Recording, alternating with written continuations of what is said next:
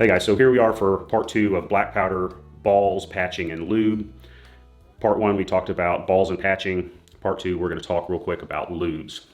And we're going to dive right in. There's basically two different applications, two different types of lubes and applications for those two different types of lubes. So you've got hunting lubes and target or range lubes. So the basic difference between those two is a target range lube is going to be a lube that works great for shooting one shot after another and not having that patch and ball combination in that bore for very long. So that's going to be your wet lubes. Hunting lubes, different scenario, right? So you're going to be going out hunting, you may be loaded all day, you may be loaded for several days, so you need a lube that's ideal for that scenario. So your hunting lubes are going to be basically your greases and your tallows and your oils. So something that will be stable in your bore for an extended period of time. So bear grease, which is what I use, mostly mink oil, I use that as well. Those are great hunting lubes because you can lube that patch up really well, get it down in the bore, and you can leave it for all day, 2 days a week, and be okay. So hunting lubes, you got bear grease, you've got mink oil, you've got any other kind of tallow. So beef tallow, deer tallow, raccoon tallow, any kind of thing that you want. Just need to make sure that it's clean, it's been rendered all the way down, it doesn't have any salts in it. So if you go to the store and buy a jar of beef tallow, you need to look at the ingredients and make sure there's no salt in it because you don't want salt in your bore. Salt and metal don't go good together. So your liquid lubes, your range lubes, that's your spit patch, right? So you're gonna put a patch in your mouth, you're gonna get it wet with your saliva while you're loading, put it on, put the ball on, run it down, fire. By the time you fire it off, that it's still moist. It's still moist and still doing what a lube is supposed to do. So we'll jump out of this for a second and I'll tell you, there's two basic reasons to lube your patches, right? So reason one is for ease of loading. So you run it down, a dry patch ball, tight dry patch ball combination and a dry bore is going to be hard to get down. It's going to want to stick as it goes down. Reason two is to lube your bore. So once that ball is all the way seated, you've got lube down that barrel. So when you fire that shot off, you've got a lubed barrel. So your wet lube is going to be your spit, your Mr. Flintlock lube, which is a great lube. A lot of people swear by it. I've never used it, but I don't use much wet lubes except for spit. Mark over at Black Powder Maniac Shooter uses a lot. A lot of guys on ALR forum use it a lot, and it's pretty highly regarded. So you've got Mr. Flintlock lube. You've got that windshield washer and oil combination lube. Gallon of windshield washer fluid, 8 ounces of pure neat's foot oil. If you're going to use neat's foot oil, it has to be pure neat's foot oil. You don't want any of the emulsifiers or whatever in there that can cake and cause buildup in your bore. So that's another great, that's a super cold weather lube, the windshield washer fluid and neat's foot oil. So if you're in the great north and it's 40 below, it's a good choice for you if you like wet lubes. So two categories, hunting and target, two different types of lubes typically used for those. I use bear grease all the time, but I'm just kind of giving you the two philosophies of lubes and the two ideas behind why people like those two different kinds of lubes. So the second main category of lubes, and this is a quick and easy one, is some people, their philosophy is a patch cannot be too dry. So if you're using a wet lube, spray it with your Mr. Flintlock lube, just enough to get it all moist around, but you don't want it dripping. If you're using bear grease, just enough to wet the side of the patch that is in contact with the bore, not the side that's in contact with the ball. The other philosophy is it can't be too wet, and I kind of subscribe to that, especially because I use a grease type lube. So because I use a grease type lube, I like to really soak it, and I'm not too worried about too much grease or too much Mr. Flintlock lube or whatever setting on that charge and then soaking into my charge and turning a 70 grain charge into a 60 grain charge and changing my point of impact.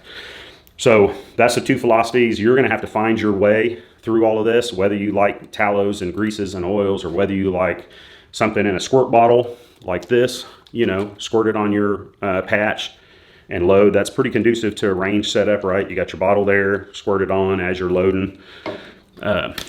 Ballistol, little sprayer, spray your patch. Pretty conducive to being at the range. Or if you like mink oil, which is actually a tallow, right, solid, or bear grease, which is pretty solid. You know, kind of melts at about 90 degrees, sitting outside about 90 degrees, it'll turn into an oil.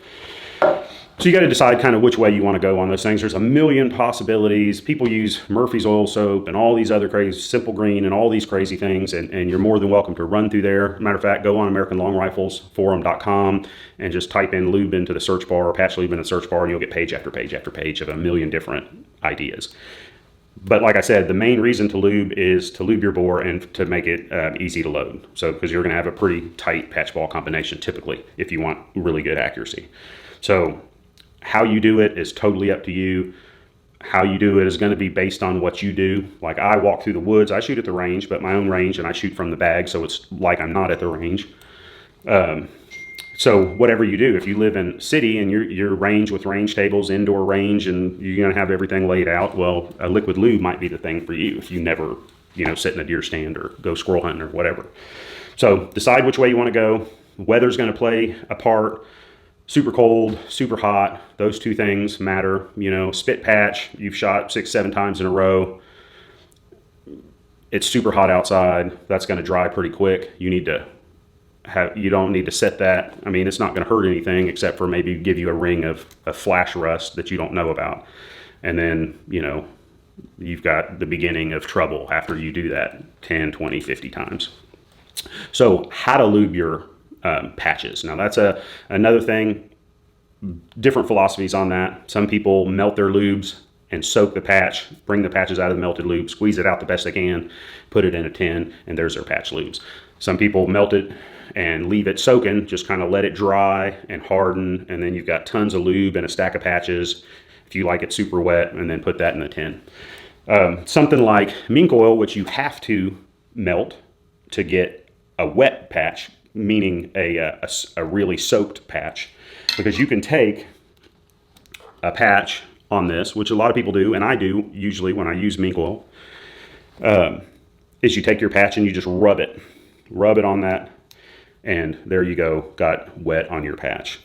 If you do like I do often and pre-lube my whole thing so I'm not messing with it, then I'm melting in a pot on the stove, melting some lube, soaking my patch, wringing it out, hanging it up to dry or to solidify, and hanging it on my bag. So applying your lube is a simple matter of whether you need to melt your lube so it's pre-soaked, or if you do it at the range, or you do it just before you're going deer hunting, so you're going to take one shot and you lube up one, maybe one extra one, throw it in your bag, but you just are rubbing it on your grease, or spritzing in the case of a wet lube. So one thing about this, and since this is for new shooters, this is kind of a big deal. If you take a patch like this, like most people do, and you rub it on your grease. I don't know if you can see that, but see where my thumb pressed the center of that patch and got that patch wet in the middle? So that was good, you know, good amount of rubbing there. And it is wet only where my thumb pressed into it. So that's the center of that patch. The center 50% of that patch is wet. The outside edges are like, I never even did that. You don't want that. You might as well not lube at all, because your ball's going to be on there. These edges are going to come up, and it's the edges that are contacting the barrel, not that center. So I just didn't do any good at all rubbing like that. So make sure you get in there and rub it real good. Even flip it over, kind of rub it in there, peel it out, and get the whole thing wet. So don't do the finger rub and think you're done, because you haven't done anything. So that's it. I mean, there's a million combinations. There's a million possibilities. There's a million types of oil. You know, any kind of vegetable oil will work. How well it works for you, how well it works depends on bore size and a lot. And this could be an hour lecture on that kind of thing. I'm not knowledgeable enough to get into pros and cons of what everyone uses, like Simple Green and windshield washer fluid and what else? There's another crazy one. I can't remember. I don't remember. But the people use a lot of different stuff. I use greases and oils basically. So I'll use hops number 9 plus occasionally just to try it out, see if I'm missing out on anything. I'll use pure neat's foot oil occasionally to see if I'm missing out on anything. One thing about once you find a perfect oil that works for you, cleanup is easy and all of that stuff, you don't want to switch around too much on the same gun, because one lube may be a whole lot more viscous, slippery than the lube you're using. So if you try another lube and it's a whole lot slicker, then your ball is going to come out flying out of that bore with the least amount of pressure, and it's not going to build up the same amount of pressure as the lube that you used before. And it could change your impact point, you know, a few inches, 4 inches, 5 inches, you know, 4 or 5 inches could be the difference between finding that deer and not. And a couple, 2, 3 inches is definitely the difference between hitting that squirrel or not. So all lubes are not created equal. All lubes will not give you the exact same point of impact while you're sighting in your gun. So be aware of that too. So hunting lubes, greases, tallows, oils, range type lubes, target shooting lubes, liquid lubes. They're kind of evenly split in the two camps of liquid lubes and grease type lubes. Usually the older, kind of saltier, hunting type guys. A majority, I don't know how much of a majority, maybe 60%, 75% tend toward greases and tallows. And the target guys and the range shooters and the woods walk guys who are out for score, they tend more towards liquid lubes. And that's just kind of a rough breakdown, but it doesn't mean anything. But that's what you've got to look out for. You've got to decide which you like. You've got to decide what your application is. Got to decide how you're going to apply it, whether you're going to be sitting at the range table rubbing each one, which a lot of people do. It's part of their routine. It gets their heart rate where they want it, and it gets their mojo where they want it to take that next shot, and it's part of their routine, and they wouldn't skip that by pre-lubing or whatever. So play with how much lube.